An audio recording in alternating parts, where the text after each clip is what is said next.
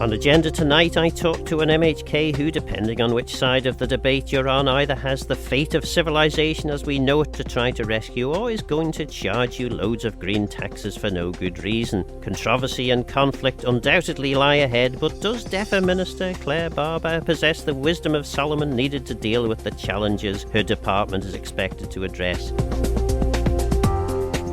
Thoughtful, considered, with just a hint of mischief, but how long will her honeymoon last?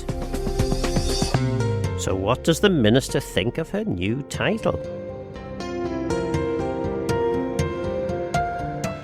I don't know, it's terribly strange. I always say to officers I'd far rather people just called me Claire. And then my little boy the other day, because he'd heard someone call me minister, decides to call me at home. So I've got the 7-year-old trotting around calling me minister. I'm like, no, now we've really stretched the realms of reality. Mummy will be fine. So a couple of big things coming up this week in Tynwald. The island plan, probably the biggest of them all, not on the order paper, but it will be on a supplementary order paper. Is there much in the island plan in relation to environment, food and agriculture? So there's the outline of the high level work, and obviously then there'll be departmental plans that come off the back of that, which will be really important. And obviously we'll have then the annual debate for each department as well, which I think is a really positive step forward to really shine a light on some of the work that goes on in departments that maybe gets forgotten, but also to make sure that we're not just telling people what we're going to do, but listening to what people want us to do, because actually it's got to be a two-way dialogue. But certainly, one of the key pillars is around environment. There's a big piece around the climate change transformation work, and it will look to pull that work together and really put a focus on what that actually means to people for the island. And I think as well, in terms of DEFRA, often people look at it as separate areas. There's a kind of a forestry and lands bit, and there's a food bit, and there's a environment bit. But they are remarkably linked, aren't they? I mean, there's an awful lot that can be done, particularly in relation to climate change, both from the food and forestry sectors. Absolutely. I mean, they are really intertwined, and I think I'm coming to see that when we're talking through bits within the department. And obviously I sit on the Climate Change Transformation Board and looking at the interplay there. But I think it's so important to pull climate change away from any one department, because this has to be across everything, and it's forcing government to come out of the silos and really look at how we can do stuff better. So I think that's really positive. What obviously is going to be the next step and the test, I suppose, is making sure that then translates into policy and a clear direction for all ministers to work to, and that the public know what we're up to. So I think, getting the communication is always a challenge. And I think, as with everything, you get so caught up in what you're doing and you feel like everything is revolving around it. And I've commented on that from the previous council of ministers with COVID. And I said, I'm sure you guys all feel like you're so busy and everything's going on. But people outside are stood at the door thinking, what is going on? And I think I keep having to try and ground myself back in terms of that thinking about making sure that we're not only soaked up and wrapped up in everything ourselves, but make sure that we're communicating that and listening as well. And of course, as well, when it comes to communication, the best way to hide a needle is to build a haystack. And it's fair to say that in the past, ministers have been successful or perhaps not in terms of getting their messages over by just swamping people with far too much information, and perhaps a more considered approach that gives the information that's most relevant to what people actually need to know. Yeah, no, I think that's important in everything. It's there's a fine balance between making sure we're communicating and not providing an information overload where people can't extrapolate the stuff that's really relevant. So I think we've got to sense check everything we put out, and it's important that we make sure that the messaging is around the things that are relevant. And for me, that's where the island plan needs to come in, about those things that, what does this actually mean to someone, within Douglas East or within Erin Michael or anywhere else on the island? What does this mean to them on the ground, and what can they expect to see as the outcomes? One of the ironies of politics, and particularly elections, of course, and where I'm going with this, is the other item on the Tynwald order paper that you're involved with. And of course, yourself, I think it was Rob Mercer and Chris Robertshaw produced an excellent report into the dairy sector on the island, and the report required your department, as it now is, to report back by December 2021. And here you are as Minister coming to Tynwald, reporting back on the report that you produced, which was mildly critical of the department. Absolutely, and I mean, there's been a few things like that, and we focused within that report on the separation of regulation and promotion, which is something I remain passionate about. And we've got the consultation that happened last year around regulation and how that should look, and perception of conflict and actual conflict, and that's an ongoing piece of work that I think will be led by Cabinet Office ultimately. So, I'll be looking to feed back in that regard. But yeah, there is something slightly odd about feeding back to myself. And in fact, as another similar anecdote, I found a Facebook post where I'd given some quite clear instructions to what I thought the next DEFRA minister should do about planning. So I've dusted that off and had a little look. Again, it stands true, but you do find yourself in a position where you're answering questions that you'd asked and criticisms that you'd levied. But I think that's right. I think you have to be able to say, I can't just shut the doors down and pretend that I never said those things. Clearly, that absolutely was my opinion. It was founded in information that we had presented to us as a committee. We pulled a report together, and I stand by what's in that. So it's important now that I work with officers to make sure we deliver on those items. And certainly, my experience on both sides of the argument, really, but particularly as Minister, is that there are certain things that perhaps aren't considered by parliamentary scrutineers that have to be considered by ministers primarily in terms of pragmatism about how you actually deliver things. So, is there anything now, looking back at your report, that you think perhaps that was not as well understood as it could have been? Or I don't know I don't know necessarily with this report, but I mean, I would say there's a similar thing around the Public Accounts Committee request for a public inquiry, and then looking at that pragmatically. Obviously, we've acknowledged as members within Council of Ministers that an independent review actually achieves the right outcomes. So I think it's being able to say those were the reasons, and the reasoning behind where we got to was correct, but there are things that you perhaps aren't privy to, things that when you look at them and you're able to reflect with a different hat on can look a little bit different. So, but again, it's about being able to communicate why you've changed your position, if that is what you're planning to do. But yeah, I'll be making a statement around the separation of regulation and promotion, and I think that does stand true from my perspective still across government, certainly in perception. And in terms of that, because at one point there was talk of a regulation department, and then I'm not sure, has it become a regulatory board or whatever? How far has that developed, and is that something that's committed to in the new island plan? So at the minute that's still at responses to consultation stage, and then looking at a possible direction of travel, and that's something that we have been working on within DEFRA, which we'll be framing to share with Council of Ministers and Cabinet Office ultimately. So there's progress going on, but that will be then framed around those outcomes from the consultation, and listening to the fact that people do perceive there to be an issue when a department is both regulating itself and regulating the service that it's providing.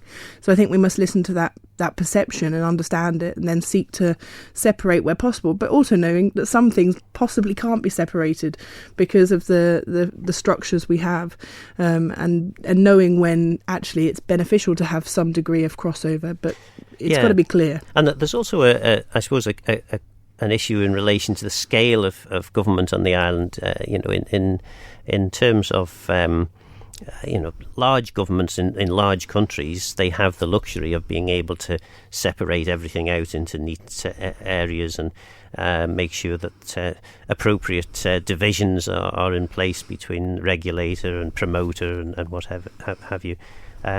Sometimes in the Isle of Man, maybe we just don't have sufficient resource coming in to government to be able to fund all that. Is that a fair assessment? I think that is fair, and actually, I mean, we've come across some areas where you might have half of one person doing the promotion side and half of the same person doing the regulation. Yeah.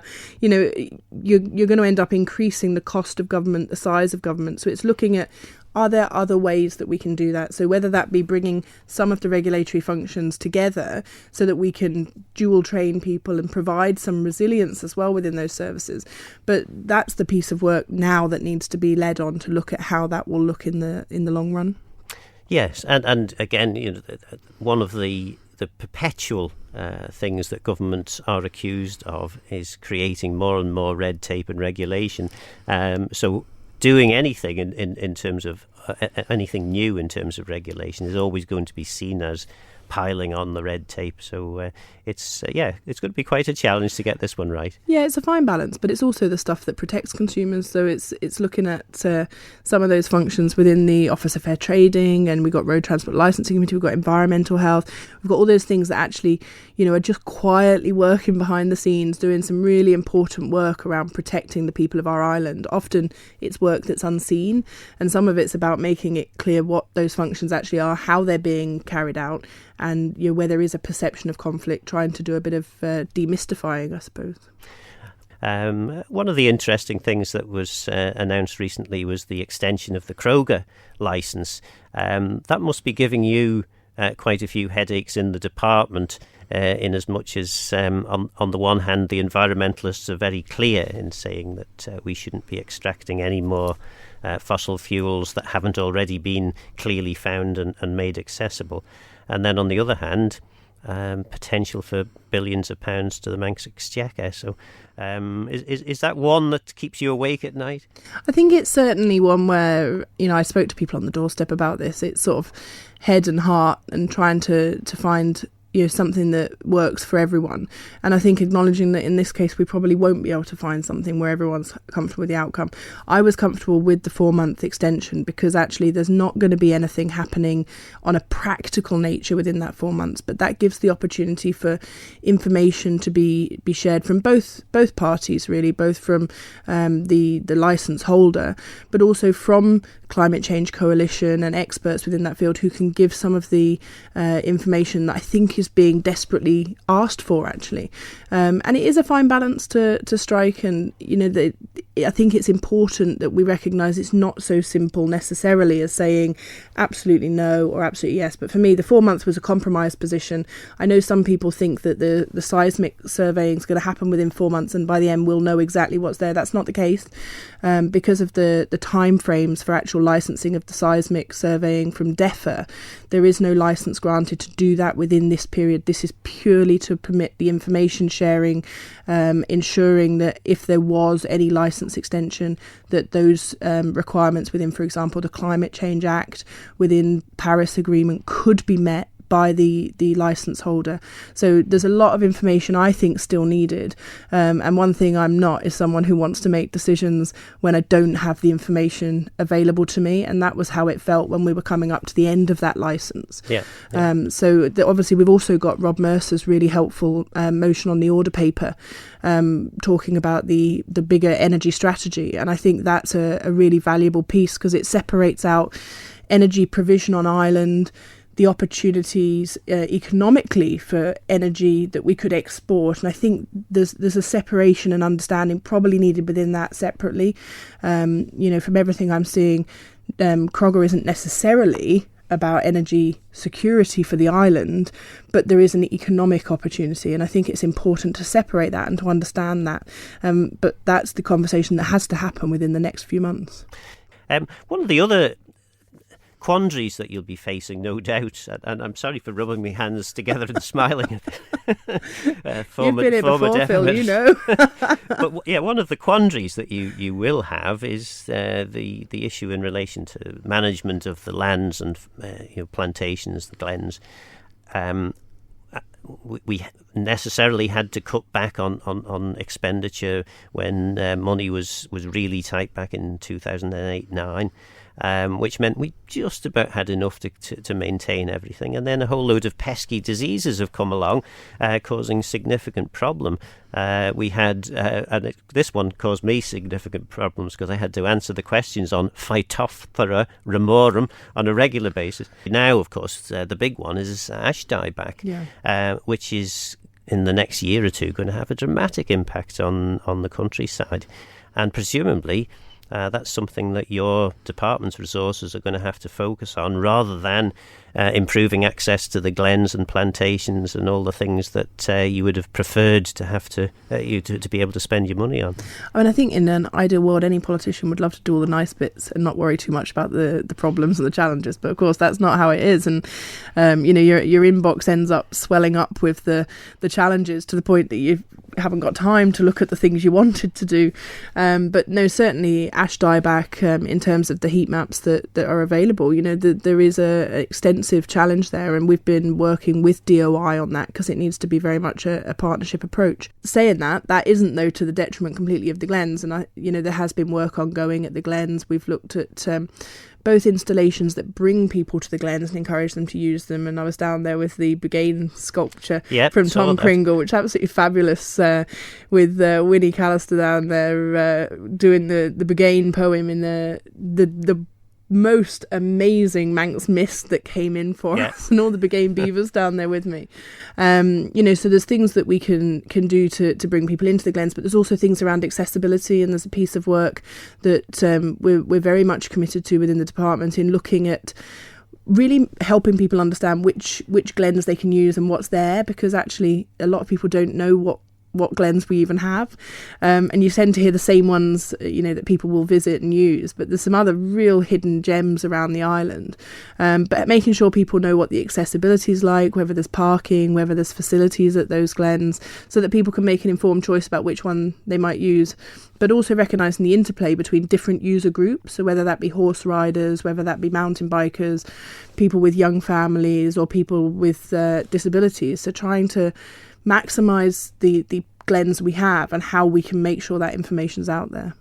And it's hard to underestimate just how significant glens, forests, plantations can be in terms of improving people's well-being as well. And of course, this is a massive issue, particularly relating to COVID and all the concerns and worries that people have. So the more we can get people out and enjoying the countryside generally, but particularly glens and forests, the better, I would say. And that ties in with the health and wellbeing strand within the Island Plan as well. As you say, I remember watching a few documentaries actually where in Japan, I think they just go and stand in the middle of a forest and just breathe. And I was like, just being present and actually doing that in some of our plantations and glens, it's absolutely beautiful. You can sit in there and the world all the problems just seem to slip away.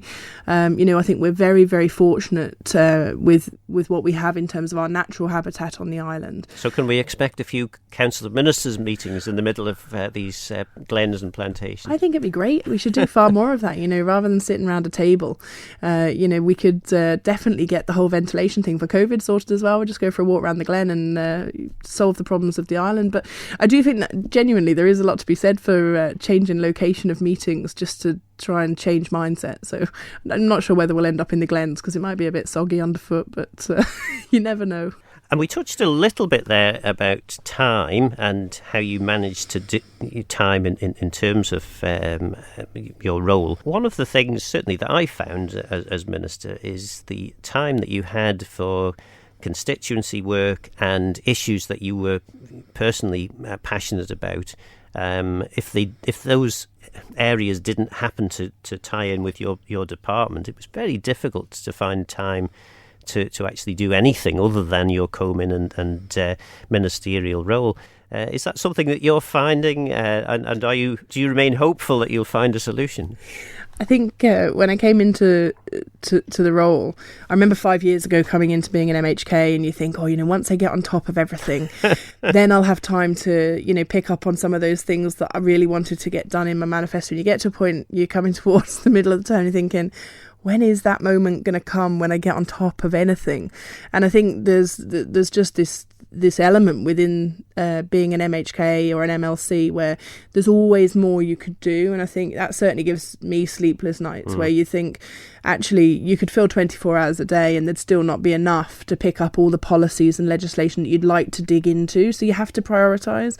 And I think that probably is, on a greater scale when you're a minister, that I perhaps hadn't realised. I thought, well, it might be nicer just having one department, because when I first started, I remember being vice chair of the post office. I was on the Environment and Infrastructure Policy Review Committee, on Home Affairs, on Health and Social Care. I was on a couple of other standing committees, and I thought, goodness me, if you told someone you were the vice chair of the post office, most people would think that was your job, but actually you've got all of that plus the constituency work, plus just time to actually eat and sleep and everything else and spend time with loved ones.